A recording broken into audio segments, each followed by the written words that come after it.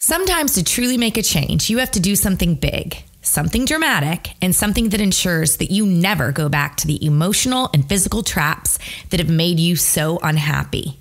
One of the best days of my life was the day I smashed my scale. I loved it so much, I think we should all do it. And to make rejecting diet culture even more exciting, I'm giving away free advice and prizes, including a full year of body kindness coaching with me. So to join, visit bodykindnessbook.com/BK Scale Smash. That's bodykindnessbook.com/BK Scale Smash. There you give your name and email and you'll get the motivational coaching from me. Lots of ideas for how you can participate right there on the page. And I look forward to joining you all summer long while we work together to just tell the world that we don't need scales, we don't need judgment, we don't need criticism. What we need is body kindness.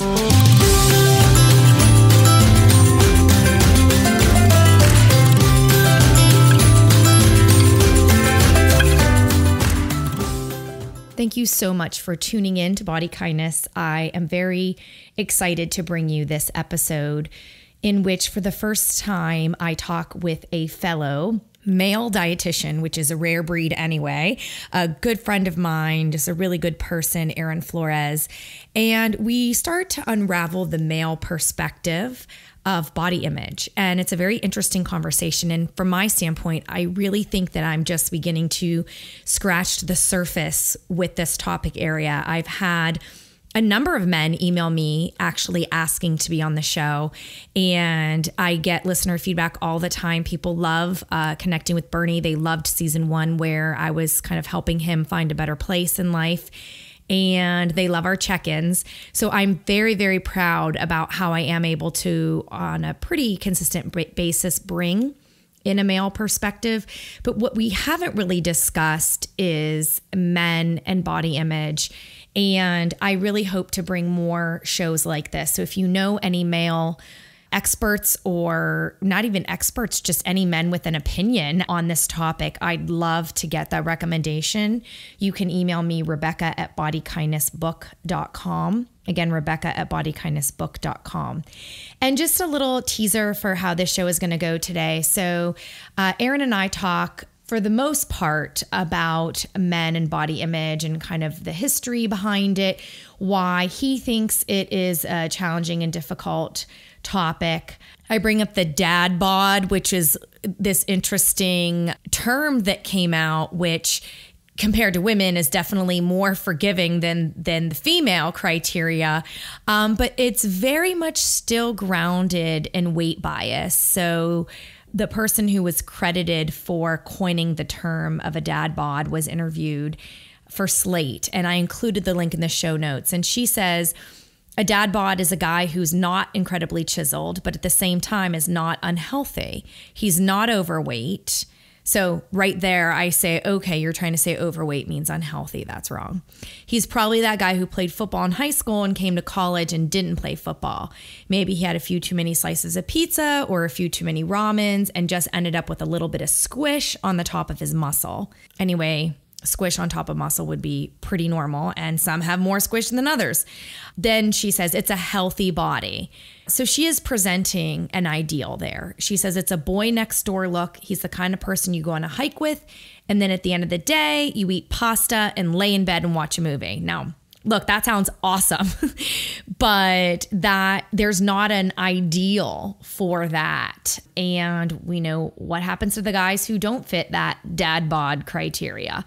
And then also in the show notes, and like I said, Aaron and I really just begin to scratch the surface of this, but I'm going to share a link on the Bradley University website that compares male versus female body image. And it goes into how they're similar and how they're different. And one thing I wanted to bring up is that which we do touch on in the podcast, that men tend to be quieter about their body negativity, seeking treatment less frequently or holding off on treatment longer than women due to shame, which then brought us to conversations around vulnerability, and in particular vulnerability and how we're raising our kids. So in the show notes, I also share the link to Brene Brown's TEDx talk on the power of vulnerability. So you can check that out again, because I'm sure you've listened to it. And really just understand understanding why we should really care about male body image. And there's a study cited at the Bradley website that over 90% of men struggle in some way with body dissatisfaction and negative affect. These are negative opinions of themselves or negative emotions and thoughts toward their body. So that was a 2014 study. And again, I've got this information and much more in the show notes, but that just is an alarming and unacceptable statistic. You know, we have to care about all human beings, men and women. This is not us versus them.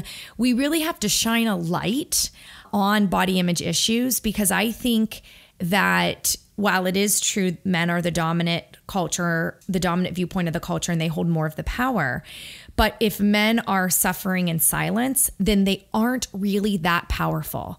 And we need the power of all men to help liberate everybody from the oppressive diet culture, which is making us struggle with these body image issues.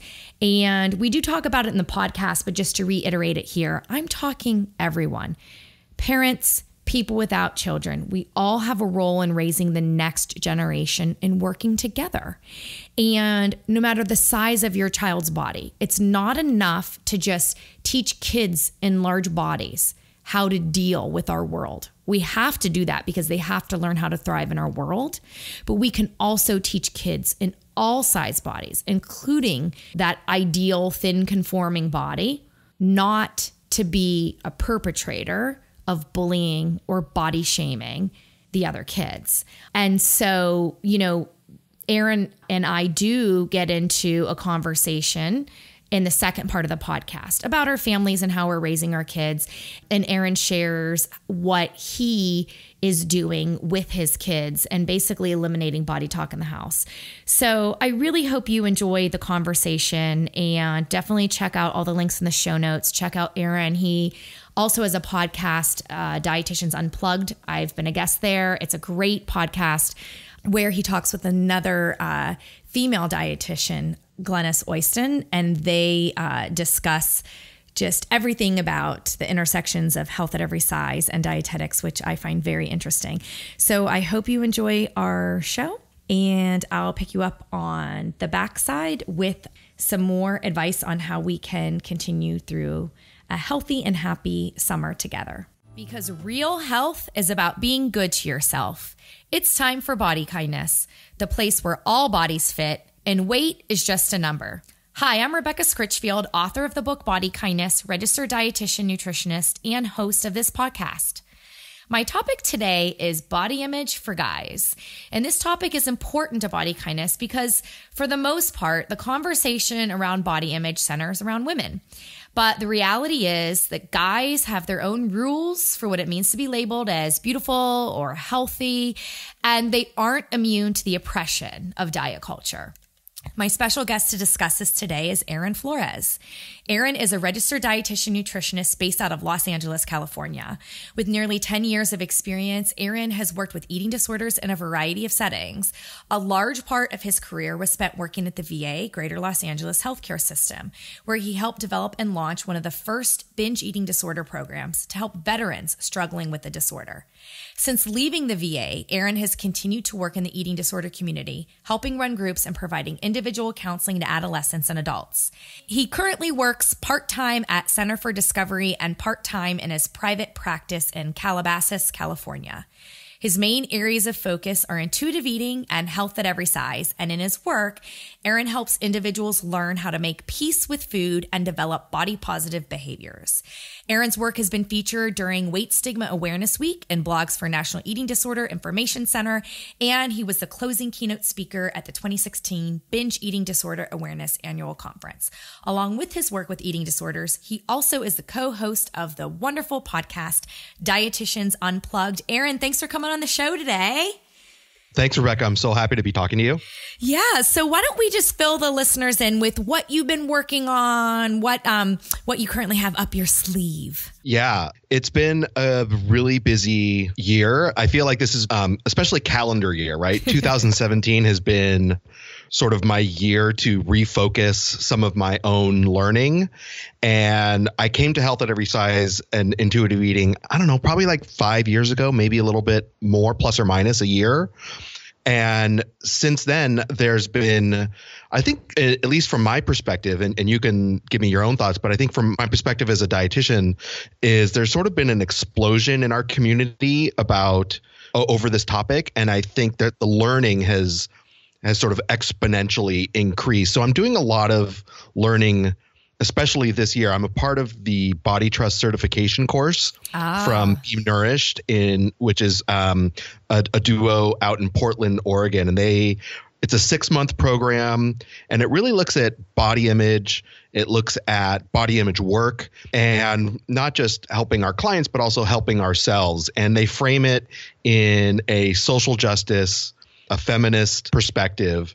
And to me, that is very important when I look at all the things that I'm coalescing from intuitive eating and Health at Every Size. Mm-hmm. And I've been learning a lot, especially over the past few months, as I have started this training.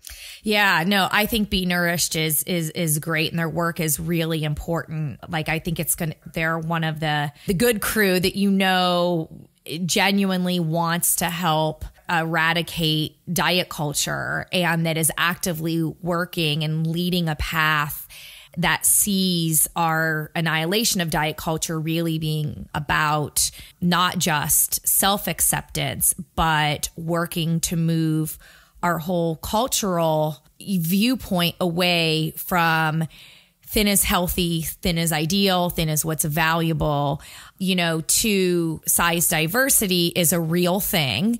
But then even beyond that, right, and sort of the intersectionality of it all, to say that no matter where you are as a person, you can work to change the system. So it's kind of like another level outside of what we might do as individual dietitians in our work. But it's this viewpoint of how our work can also actually change the way the whole system works. Absolutely. And I think it puts the notion of how we see bodies and weight under the lens of you said it earlier, oppression, and under the lens of any other social justice movement, and understanding, like you said, the intersectionality, that someone who's in a larger body is not just dealing with the oppression from that, but they could be dealing with other forms of oppression, whether it's through race, gender, socioeconomic status, any of those other things. And it's important that we can't just silo the body part. We need to look at all of it to really help people heal. So it's been really transformative already, because one of the things as a dietitian we're taught is how to fix the problem. And this is sort of coming at it from a little bit perspective, where helping, especially on an individual basis, helping clients, really just partnering with them to see the problem and empowering them to make the changes that they need to make to feel more embodied. So it puts a little bit different twist on being a dietitian. I mean, I'm really learning some new things about how to hold space in my office. Mm-hmm. And finally get excited about our careers again. Totally. I mean, absolutely. I mean, I think that's a great way of putting it, because my previous career, I was a video game developer, and that quickly, the novelty of it quickly wore off. So it took me around 8 or 9 years to sort of transition out of that into becoming a dietitian. And so I'm coming up on, almost 10 years.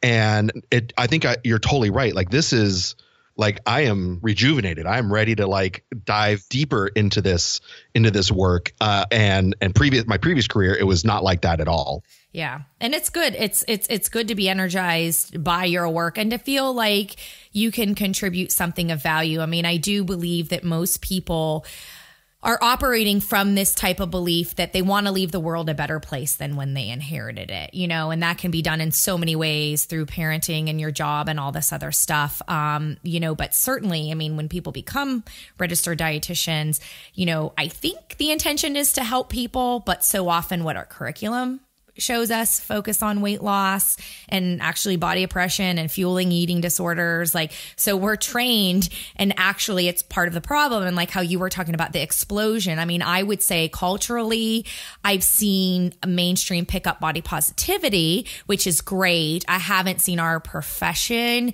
keep trend with that. So I don't see a lot coming out from, I would say, the programs that teach future dietitians or specific dietetic internships, or even like what comes out of the Academy of Nutrition and Dietetics, don't necessarily see them dealing with health at every size, body image, or anything like that. It literally comes from dietitians themselves who are putting out programs and trainings and speaking. It's like we're needing to create the shift because it's not being done for us in the medical model, in that system where dietitians typically reside. Yeah, no, I would agree with that. Yeah. So thank you for all the wonderful work that you're doing. And, I'm so excited to talk to you about guys and body image, because the first picture that's coming to mind, and it's a cultural thing, right? But it's like, like the dad bod, right? I remember that term kind of coming out sometime last year. And it was, and I was like, oh my gosh, this is totally get your beach body ready. That's typically directed at women, but for men. And, I have to say, I see majority of women as clients, but I have a fair share of male clients too. And it really is an important issue to bring to light that men can absolutely, there is an ideal for men, and they can absolutely struggle with body image. It just might be that we don't hear about it as much. So what's kind of your take on men and body image?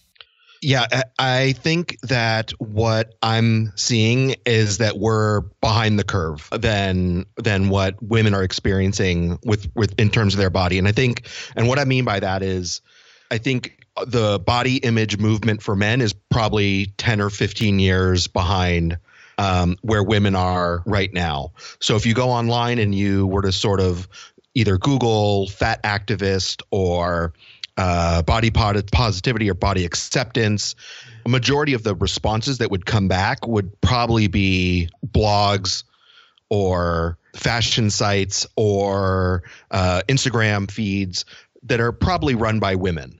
And there's not a lot of male voices in that space right now. And I think there's more sort of entering, but I think it's there's just not as many. And I think that's for a couple reasons. One is, I think inherently the focus of weight and bodies is patriarchal. And what I mean by that, it's oppression focused more at women's bodies than at men's. And so this is why I think there is so much feminist sort of approaches dealing with body image. So I think that's part of the reason, right? A large part of the messages around bodies and the thin ideal focus so much on women and its oppression of women's bodies. The male perspective, from my own experience, is it's less openly discussed. The pressure to fit into a specific body type or to have a specific body type is very subtly given to us. And it's given to us in a lot of the same ways through media and things like that. But the discussion that men are having with men, at least again in my own experience, is not as much about I got to get, ripped or whatever. It's very subtle. It's very underlying. It's like, I just need to go to the gym. Like I'm not, going to the gym as much. I'm not lifting as much. How do I lift more? And maybe privately, we're all focused on getting the six pack or building muscle or trying to, change our body size to a smaller body type. So I just don't think that there are many men who are discussing it with other men. And so it leaves it in the shadows a little bit. It leaves it in the dark. It leaves it to be very isolating. So when men are struggling with body image, I don't know if they know how to even look for resources to help them. because I don't even know that they realize it's a struggle. Does that make sense? Yeah, no, I was just going to say, do they even know that they're dealing with a body image issue? Like they might not even be aware of that. Right. And so, because again, it might be framed as I'm just not working out enough, or I need to lose weight according to what the doctor says so that my cholesterol goes down, or I don't know how much of it gets framed as you will not be successful in this society unless you are a certain body type, which I think is much more of a female narrative, unfortunately. I think so. And with the dad bod thing, I think that was such an interesting. That was like a couple years ago now, right? I think so, yeah. So as I think about it now, I mean, the dad bod was sort of, it wasn't the dad bod that was like, Hugh Jackman, every ab was totally visible. It was sort of like, Adam Sandler, like, hey, it's like there's some pecs, but there's, there's also a little bit of a belly and it's not perfectly muscular. There's a little bit of rolls there, and that's totally okay. He has a dad bod. I think this is where male privilege is exercised in spades. And what I mean by that is I don't know if there would be that conversation around women's bodies. I think the male privilege is we're allowed to have a little bit of extra fat as we get older. We're allowed to age in a way where our bodies get to expand a little bit, and it's acceptable. And that's the male privilege part that I think men need to acknowledge, that we are getting this message in a very different way. Yeah. I mean, for women, it's like, I'm imagining like after having a kid, right? Like, oh, body bounce back, in 6 weeks, right, or however, like that's, there isn't, at least it didn't go viral, this idea of a mom bod parallel to that. It's like, here's a baby the size of watermelon out of my vagina, or C-section, whatever. And, oh, well, you need to bounce back like a rubber band. And yeah, I definitely think it is more outwardly, but I mean, you had mentioned that the sort of washboard abs. I mean, I see those images, in a magazine about men and health, and its appearance everywhere, or even today's diet in disguise, keto, paleo, Whole30. I see a lot of men latching on to these things, calling it health or thinking it's health. And it's not, I mean, it's certainly not science-based that these things are going to help you improve your health and well-being. So I think it harms in a couple ways. I think that it harms because they may struggle with things that they're not aware that are difficult, and it's going to impact other areas of your life. That's just the way life works. So it's going to impact other things you care about, what you do in your free time with family, your own self-confidence, how you interact with other people. And then also, I think it also contributes to keeping women oppressed, because, then if men are okay with working on this thing and this and that, then as the power, they kind of keep the oppression going, because they could be part of the liberation. But instead, if they're stuck, working on their stuff and not seeing the light, it also keeps women stuck too. Yeah, no, I think that's a great point. And I think you're right. I mean, listen, I think there is that pressure, right? And if you go to the market, you see Men's Fitness magazine and you see the washboard abs, and you see a lot of headlines about how to do it with very minimal effort, right? And I think the interesting thing is that, along with all this is that I would venture to say that it enables the secretive nature of especially disordered eating and eating disorders for men under a veil as well. And so, when I think about, is someone getting up every day at 5 a.m. to exercise 7 days a week, and are they being obsessive about every nutrient that they take in their body, regardless of gender, right? I think that could lead to some negative consequences. That could be, depending on the results. I mean, there could be some disordered eating habits in there. And with men, I think it's sort of like, oh no, you're just doing something healthy. You're just building muscle, and that's okay. But, if there's anxiety because you missed your gym day, and then there's compensation for that, that becomes a problem for me. Mm-hmm. Yeah. Well, because you're now having to deal with anxiety that's going to affect other places of your life, or, you're going to be beating yourself up because you are, it's not just a human, okay, you win some, you lose some, we'll work out tomorrow or another day. It becomes a set of rules that no one can really live up to that idea of perfection. And then, there's less self-compassion because you beat yourself up about it, and it's gonna affect your own well-being. And it's also going to affect, I think, the goodness that you are able to bring to the world. I think there's even a stigma against men even being able to talk about body insecurities. And I'm calling to mind like Brene Brown, who talks about characteristics of men, that says that men are valuable the same way for women. Like, we're supposed to be nice and have a good appearance.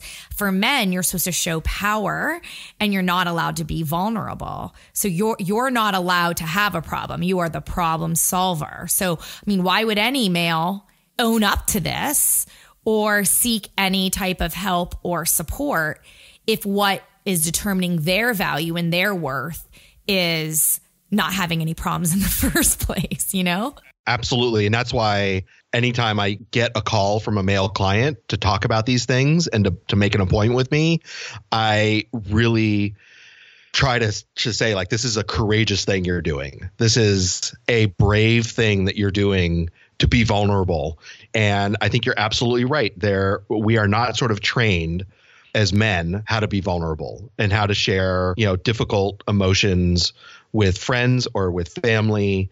And, I will firsthand experience, like, it's hard for me, and I don't have a lot of very close male friends that I can rap about with this. I really have one friend who comes to mind who I don't see very often, but every time I see him, we have these great, intense, meaningful, spiritual, connected conversations where I leave it feeling very fulfilled. But it doesn't happen very often. Most of my other friends who are men are very, it's sort of like, how's work? Oh, it's good. What are you doing with the kids? They're good. Yeah. Did you watch that soccer game the other day? Yeah, it was awesome. And that's where it sort of goes. So it's very hard to find that sort of that source to be vulnerable with. Mm-hmm. And so even for men to be able to connect into emotion, right? Like, you are a human being, therefore you have emotions. And in fact, you are more of a feeling creature than you are a thinking creature, But again, that would be another way that you would want to insult a man almost, right? So, you on your period, you're PMSing right. It. But if you can't allow a man to be in touch with emotion and feeling, you're not really letting him live. Yeah. And so I think you're absolutely right. I think, one, it's hard for us to connect with those feelings. The other thing I think also is that, sort of like that, you're sort of alluding to like this sort of how men talk to men. And it is this sort of macho locker room talk. So for me, right, one of the things that I'm working on is being able to sort of call stuff out with my male friends when they say stuff like that, and if a male friend of mine were to say something like that, I would say, that's really misogynistic. That's really, you can't say that in front of me. Like, I find that really offensive that you would say that about a woman, even if a woman isn't there. But then again, that sort of starts this loop. Oh, well then, I'm not going to say, I can't have the locker room talk with Aaron. So it becomes, it's a really challenging thing for men in this society with masculinity and power to be vulnerable. Mm-hmm. But, even if, so say you set that boundary, and even if they're like, oh, like, you're no fun, can't have locker room talk, that has got to make some type of an impact. Might not right away.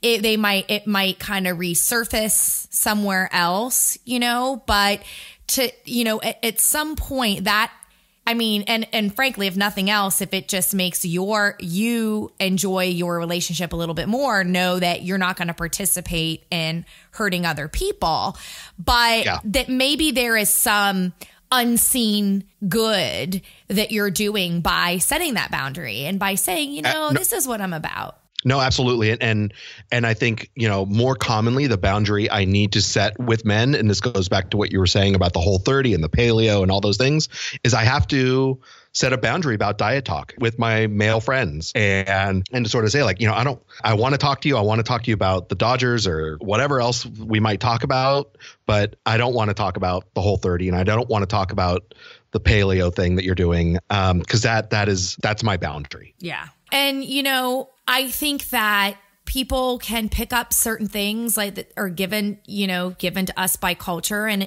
it's not necessarily hurting them on the surface, or they even think it's helpful. And it's like, when you have someone like that, well, there's not going to be an internal motivation to change anything anyway, because they don't see the problem, So right. Yeah, your point would be, okay, well, if I'm feeling hurt, or if if somebody's crossing a line, then the best I could do is set that boundary. I might not be bringing that person in line with my mindset or my philosophy, and maybe that's okay.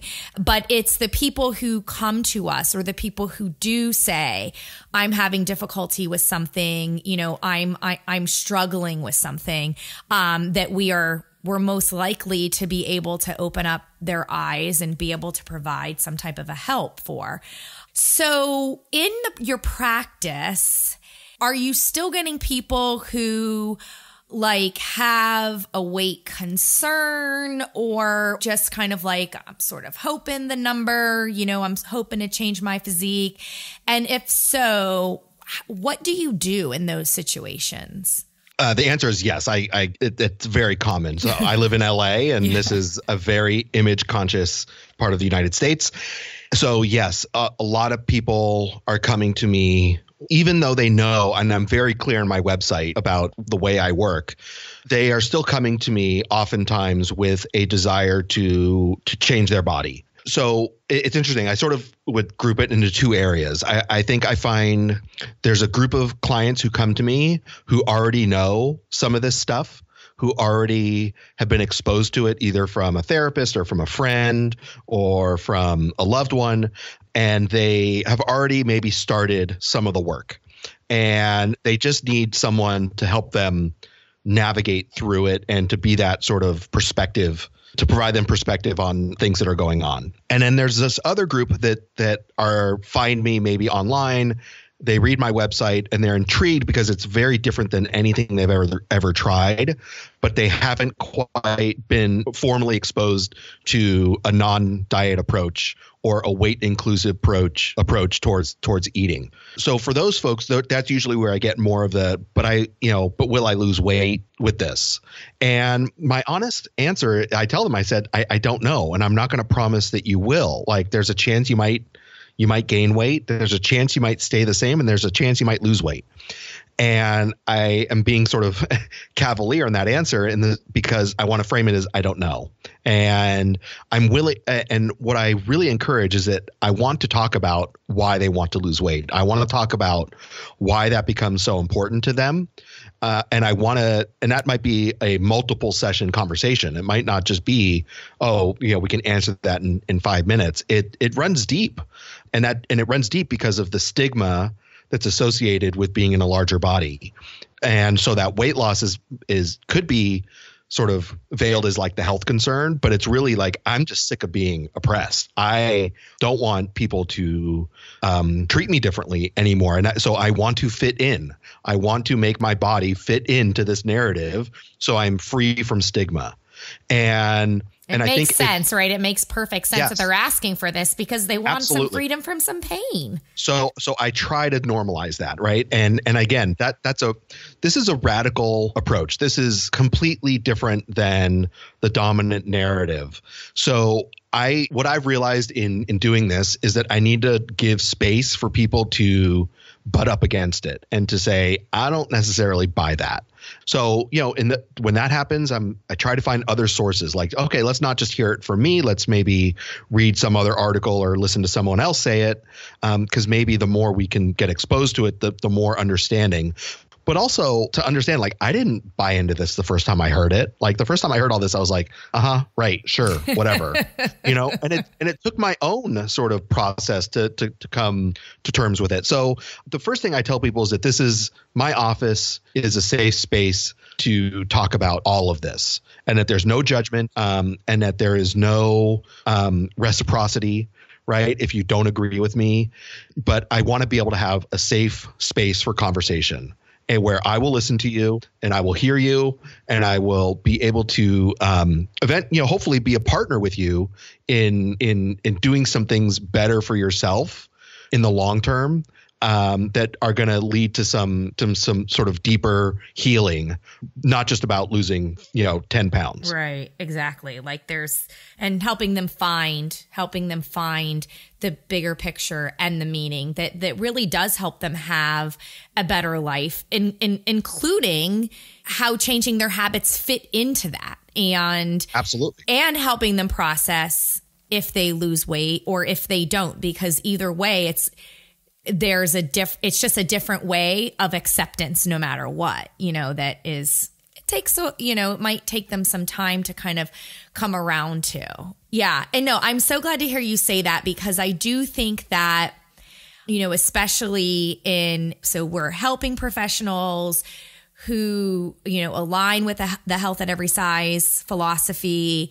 And we don't have to market, hey, fatty, you should really lose some weight, or even not that literal, right? We don't have to market, want to lose weight, feel great. And that still comes out from dietitians, that the dominant narrative is still very much that weight loss is going to help you feel better. But we can say we want to help you have a better life. If you have weight concerns, it makes sense. I'm going to help you align with your intuitive eater, make choices that fit you best, that kind of a thing, change your habits. And they're still going to come. It would be rare for them to be like, I don't care if I don't lose a pound at all, because we are all kind of sitting in diet culture soup, Yep.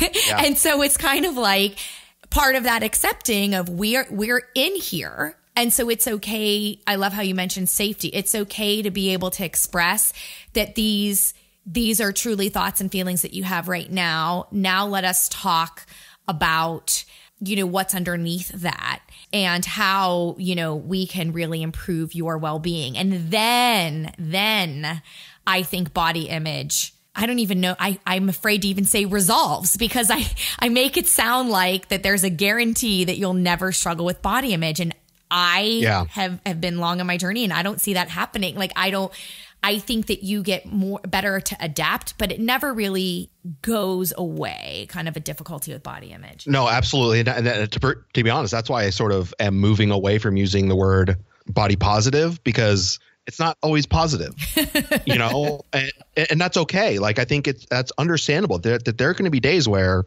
we're not going to be so positive about our body, and to strive for positivity means, oh, geez, I better be positive or I'm doing it wrong. And so, I think that's why I don't even like the word body neutral. I sort of like things that are talked about sort of being like just accepting. And I really like the word embodied. I think that just feels right, because whether it's a quote unquote good day or bad day, how you're feeling about your body, I just want everyone to feel comfortable in their body. And whether it's a good or bad day, right? So it's a bad day and you're at least embodied, you can understand why. You're comfortable to be in the space of your own body and to understand why it's maybe a bad day. Mm-hmm.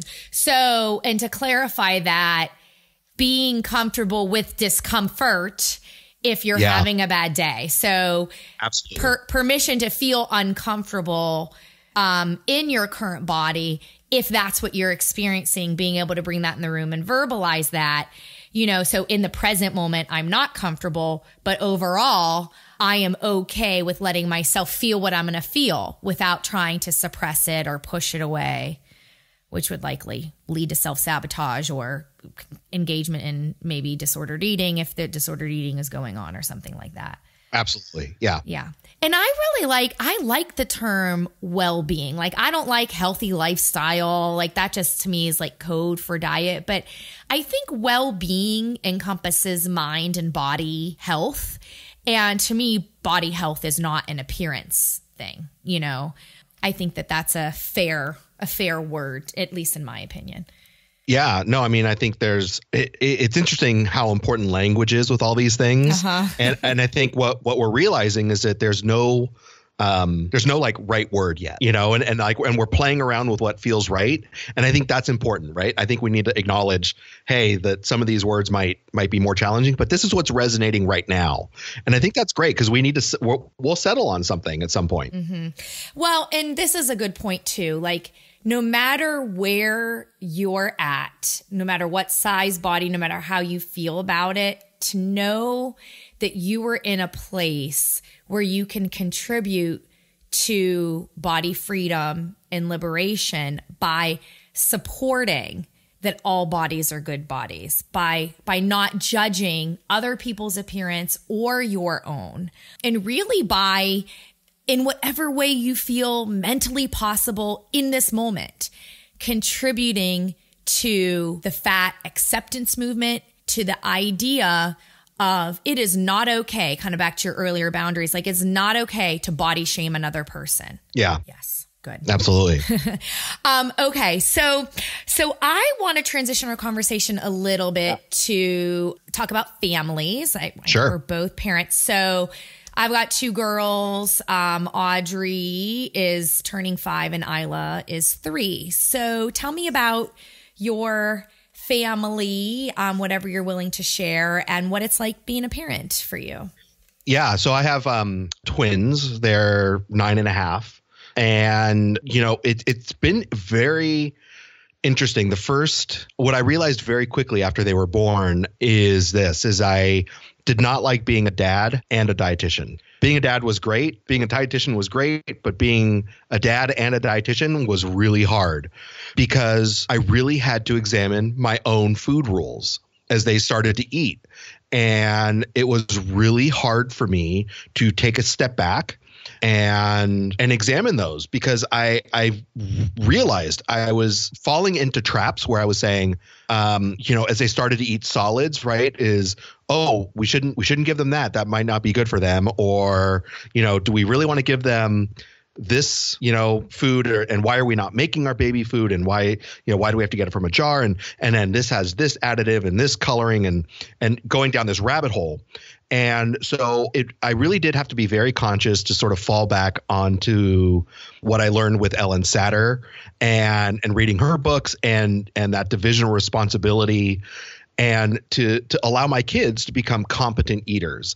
And thankfully, my partner, she is so great and willing to allow me the space to sort of try all these things. And she's on board with very similar messaging. And through this whole process, we have been very fortunate. We're incredibly lucky. Like, again, I think so many things can happen as kids get older, and we've just been so incredibly fortunate that nothing has. And we have had the space to really raise competent, intuitive eaters.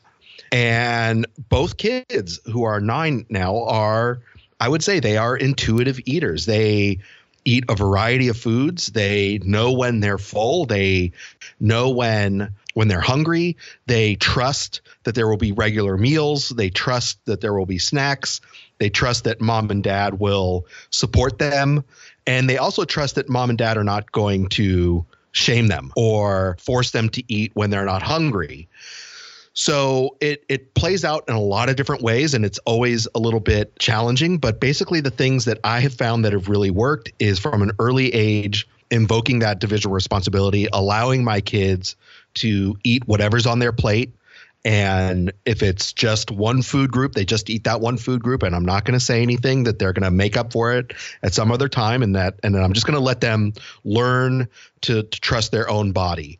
And, you know, it's really paid off. It's really paid off. And I tell people, like, if you want to see that these things, intuitive eating, health at every size, Ellen Satter's division of responsibility, really work, put a camera in my house and watch my kids.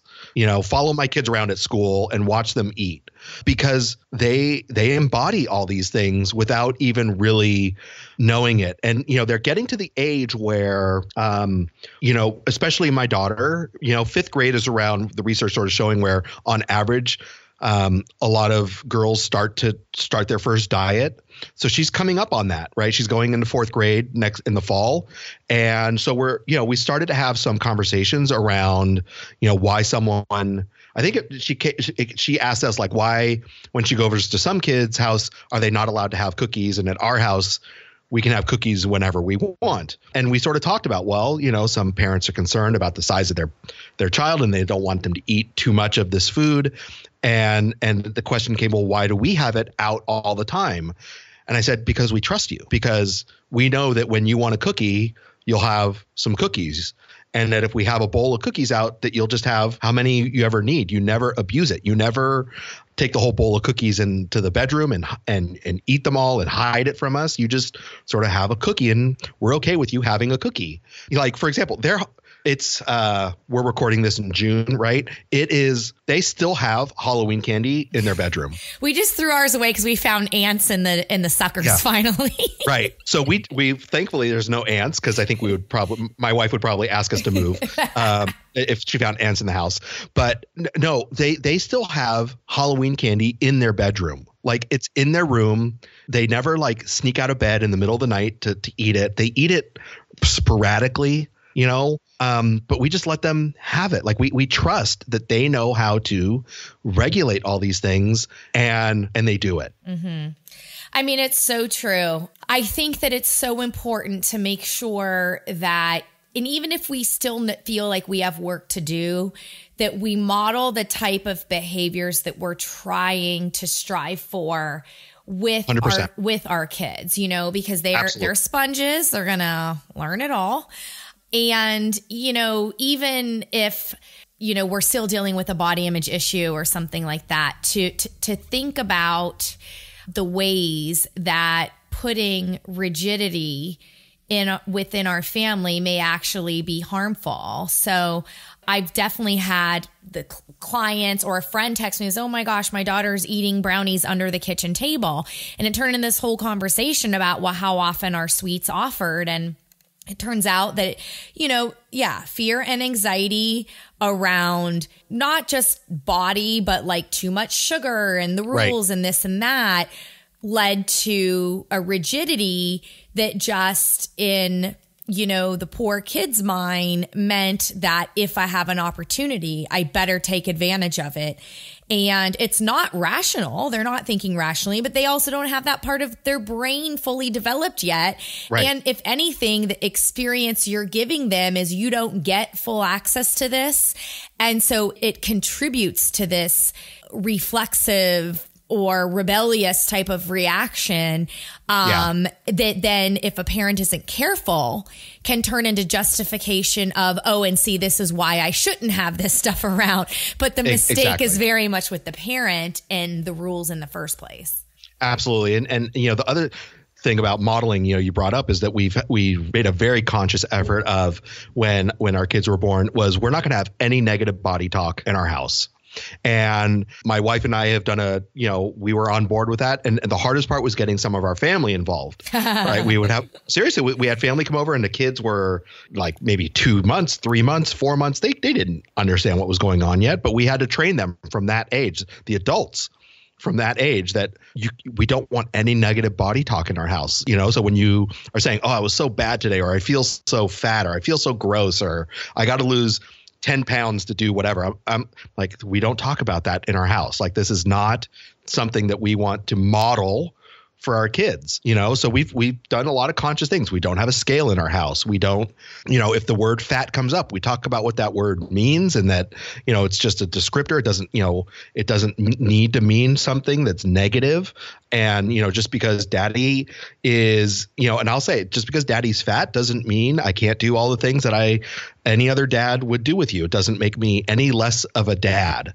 And, it just means that I'm a little bit bigger and I'm okay with that. It doesn't stop me from anything or connecting with you on any level. Mm-hmm. That's so important. I mean, this is an area where I can see the power in reclaiming the term fat to be a description, like we have body fat and then people are fat, but that it's not being used in a way to try to cause somebody harm.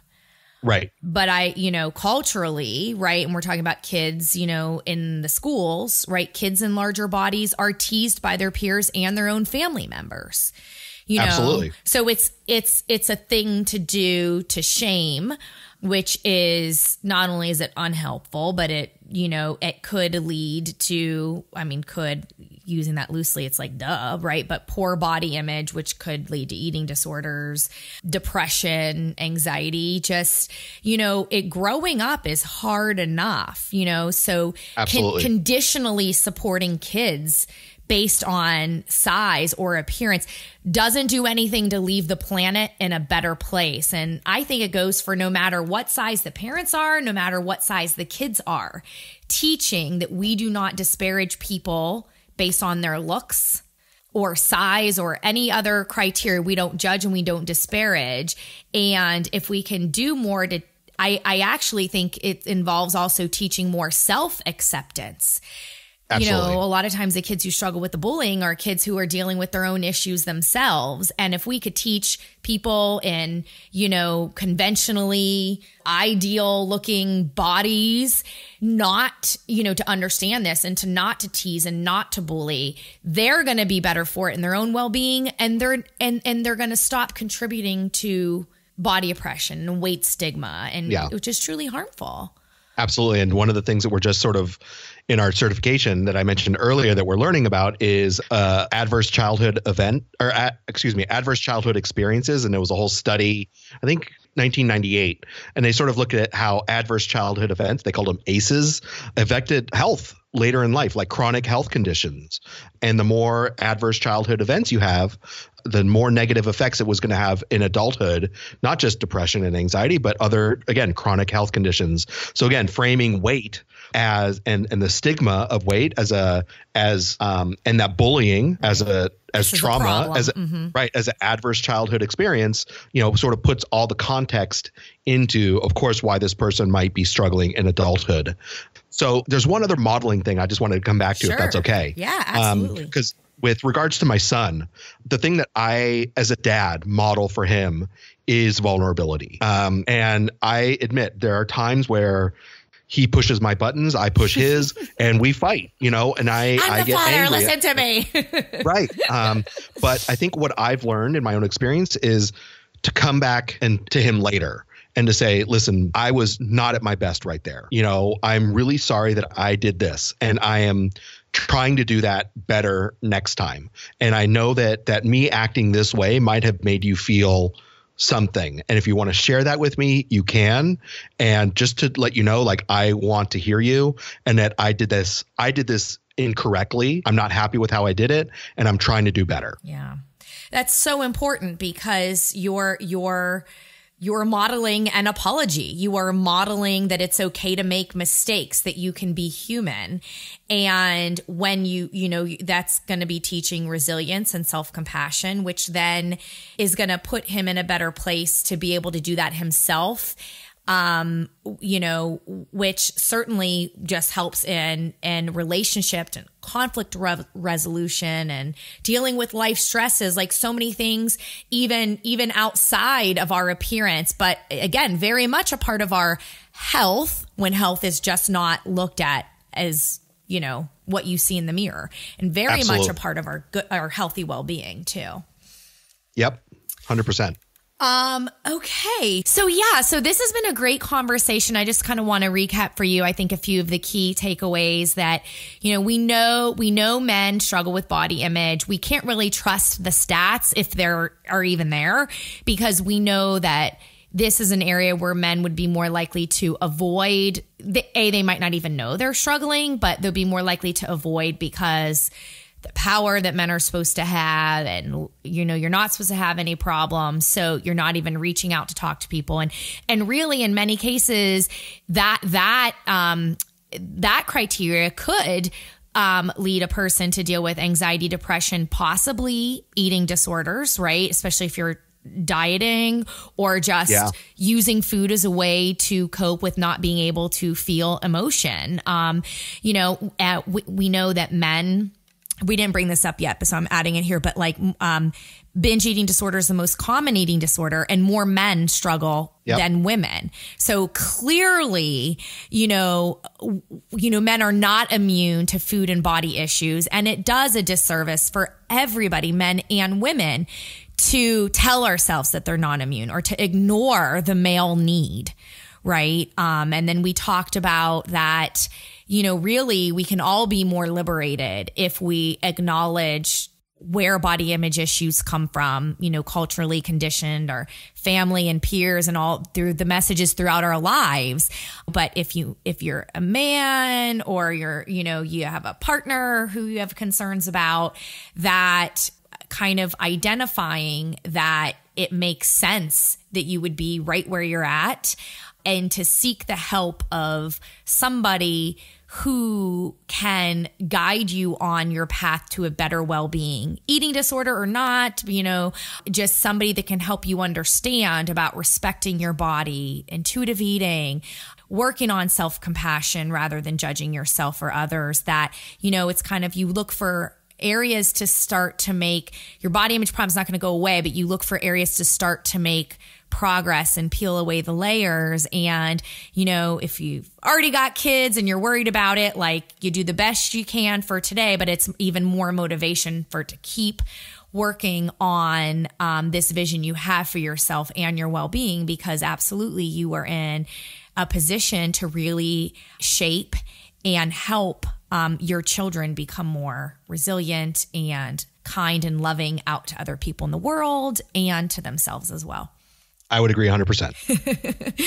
Any other words of advice for guys who are just sitting with it and kind of hesitant to take action, afraid of being judged, or just afraid? Like, what would you say to them to kind of boost the likelihood that they would maybe kind of take a look at some of this stuff?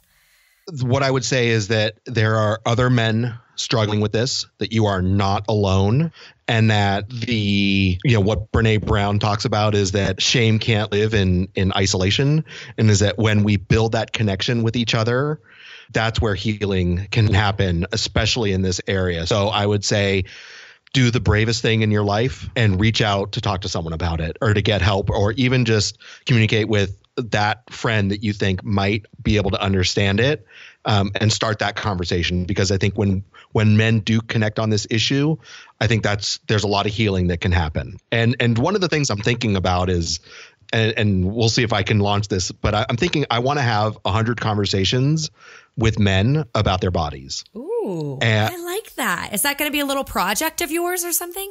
It's going to be, I'm going to try and figure out how I can do this. But I want to be that. And again, it's not therapy, right? I just want to hear what men have to say about body image. And maybe that is a way to connect with people also. So keep track of my website, bvmrd.com, and maybe I'll be launching that very soon. Oh, that's so awesome. That sounds exciting. I encourage you to do that. And I will include your website and other social ways of finding you in the show notes. And I love your podcast. That's so great. So I highly recommend that. I'll include the link to Dietitians Unplugged as well. Thank you so much for coming on today. Thank you, Rebecca. I really, this is the best hour I've spent so far. So thank you so much. Oh, you just made my day. And that's our show. Thank you so much for listening. I would love if you could take a minute and leave a rating and review on iTunes.